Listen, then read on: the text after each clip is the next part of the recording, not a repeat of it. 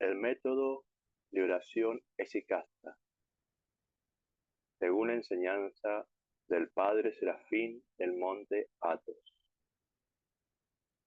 En nombre del Padre, del Hijo, del Espíritu Santo. Amén. Padre, me pongo en tus manos. Cuando NN, un joven filósofo, llegó al Monte Athos, había leído ya un cierto número de libros sobre la espiritualidad ortodoxa, particularmente la pequeña Filocalia de la oración del corazón en los relatos del peregrino ruso. Estaba seducido sin estar verdaderamente convencido. Una liturgia vivida en su ciudad le había inspirado el deseo de pasar algunos días en el Monte Athos, con ocasión de sus vacaciones en Grecia, para saber un poco más sobre el método de la oración de los esicastas, esos silenciosos a la búsqueda de esiquia, es decir, paz interior.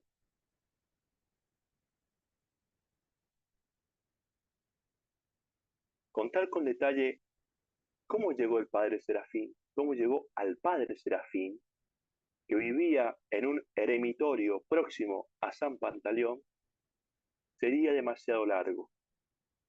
Digamos únicamente que el joven filósofo estaba un poco cansado. No encontraba a los monjes a la altura de sus libros.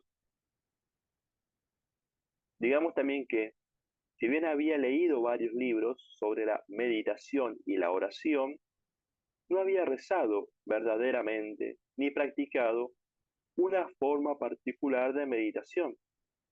Y lo que pedía, en el fondo, no era un discurso más sobre la oración o la meditación, sino una iniciación que le permitiera vivirlas y conocerlas desde dentro, por experiencia, y no solo de oídas.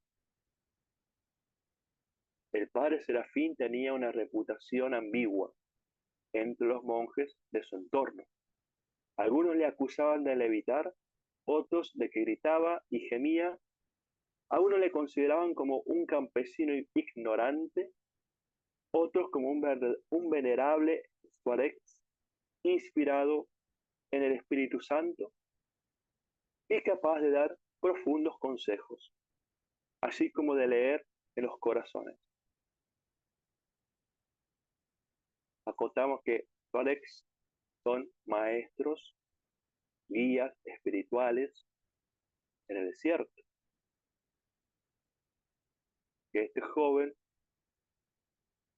buscaba un ideal, estaba sentado en el ideal y le faltaba poner los pies en la tierra y encontrarse con la realidad. Cuando se llegaba a la puerta de su eremitorio, de San Serafín, el padre Serafín tenía la costumbre de observar al recién llegado de la manera más impertinente. Lo ponía a prueba. Lo miraba de la cabeza a los pies durante 5 largos minutos, sin dirigirle ni una palabra. Aquellos a quienes ese examen no hacía huir podían escuchar el áspero diagnóstico del monje. Usted no ha descendido más abajo del mentón. De usted no hablemos, ni siquiera ha entrado. Usted no es posible. ¡Qué maravilla! Ha bajado hasta sus rodillas. Hablaba del Espíritu Santo y de su descenso más o menos profundo en el hombre. Algunas veces a la cabeza, pero no siempre al corazón ni a las entrañas. Entraña de misericordia. Así es como juzgaba la santidad de alguien, según su grado de encarnación del Espíritu. El hombre perfecto, el hombre transfigurado, era para él el habitado todo entero por la presencia del Espíritu Santo, de la cabeza a los pies. Esto no lo he visto sino una vez en el Tuaregs Silvano, decía. Era verdaderamente un hombre de Dios, lleno de humildad y de majestad. El joven filósofo no estaba aún ahí. El Espíritu Santo solo había encontrado paso en él hasta el mentón. Cuando pidió al padre Serafín que le hablase de la oración del corazón y de la oración pura de un Evagrio póntico, el padre Serafín comenzó a gemir.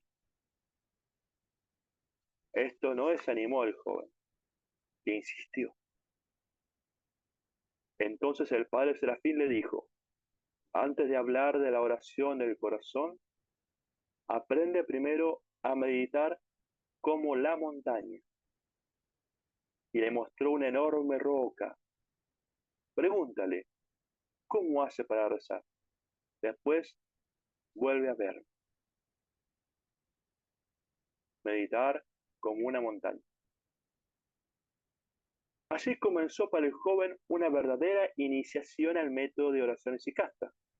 La primera meditación que le habían propuesto se refería a la estabilidad, al enraizamiento de un buen cimiento.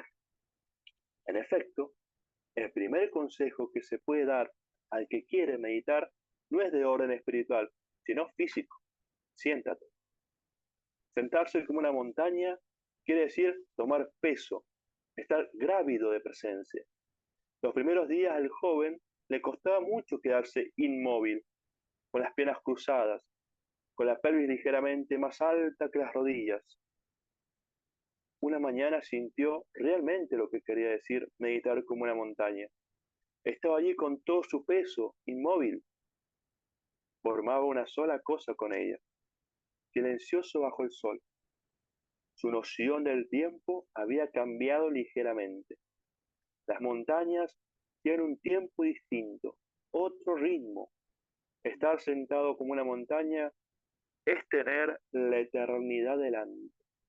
Es la actitud justa para el que quiere entrar en la meditación.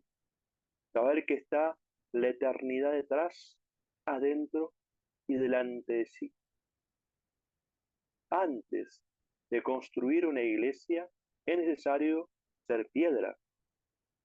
Y sobre esta piedra, esta solidez imperturbable de la roca, Dios podría construir su iglesia y hacer el cuerpo del hombre su templo.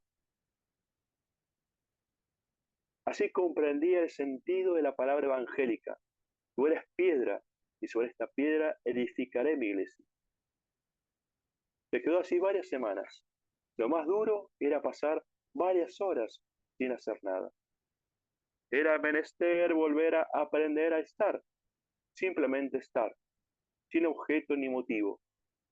Meditar como una montaña era la meditación misma del ser, del simple hecho de ser, antes de cualquier pensamiento, cualquier placer o dolor. El padre Serafín le visitaba cada día, compartía con él sus tomates y algunas aceitunas. A pesar de este régimen tan frugal, el joven parecía haber ganado peso. Su paso era más tranquilo, la montaña parecía haber entrado en la piel.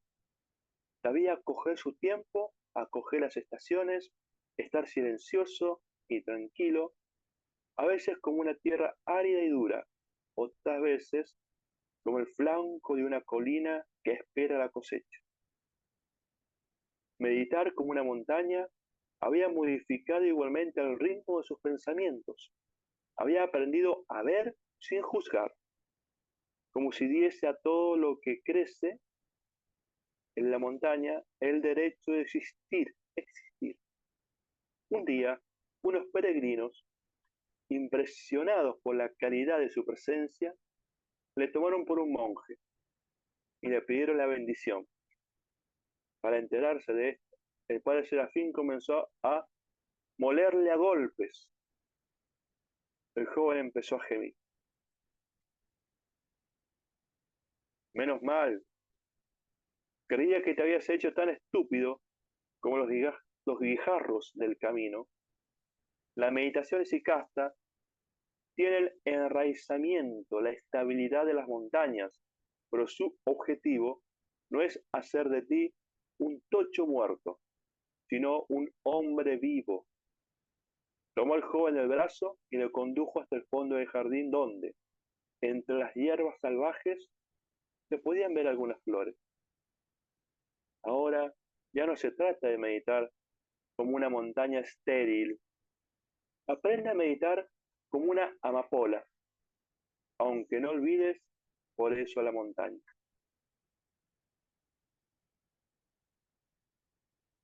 Meditar como una amapola. Así fue como el joven aprendió a florecer. La meditación es ante todo un cimiento, y eso es lo que le había enseñado la montaña. Pero la meditación es también una orientación, y es lo que ahora le enseñaba la amapola. Volverse hacia el sol, volverse desde lo más profundo de sí mismo hacia la luz, hacer de ello la aspiración de toda su sangre, de toda su savia. Esta orientación hacia lo bello, hacia la luz, le hacía a veces enrojecer como una amapola. Aprendió también que, para permanecer bien orientada, la flor debía tener tallo erguido. Comenzó pues a enderecer su columna vertebral. Esto le planteaba algunas dificultades porque había leído en ciertos textos de la Filocalia que el monje debía estar ligeramente curvado, con la mirada vuelta al corazón y las entrañas. Cuando pidió una explicación al padre Serafín, los ojos del Toilette le miraron con malicia. Eso era para los forzudos de otros tiempos. Estaban llenos de energía y había que recordarles la humildad de la condición humana.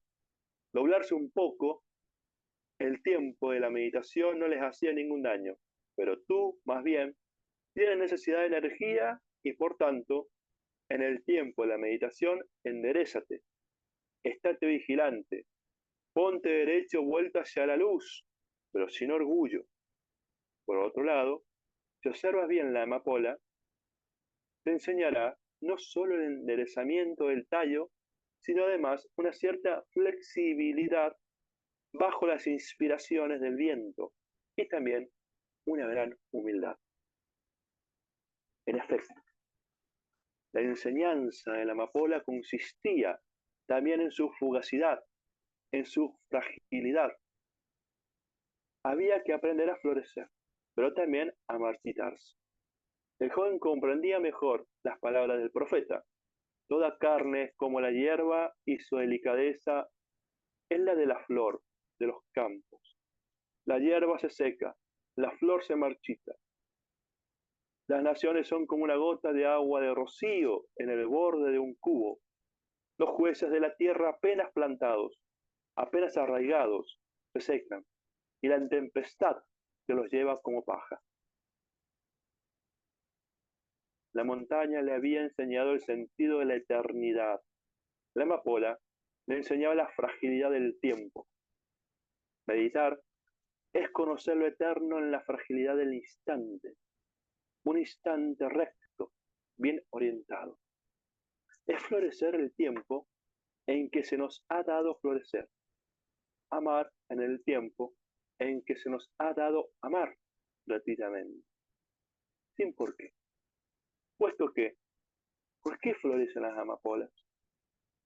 Aprendía así a meditar sin objeto ni beneficio, por el placer de ser y de amar la luz.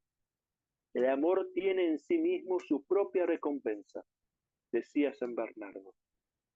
La rosa florece porque florece, sin por qué, decía también Angelus Silesius.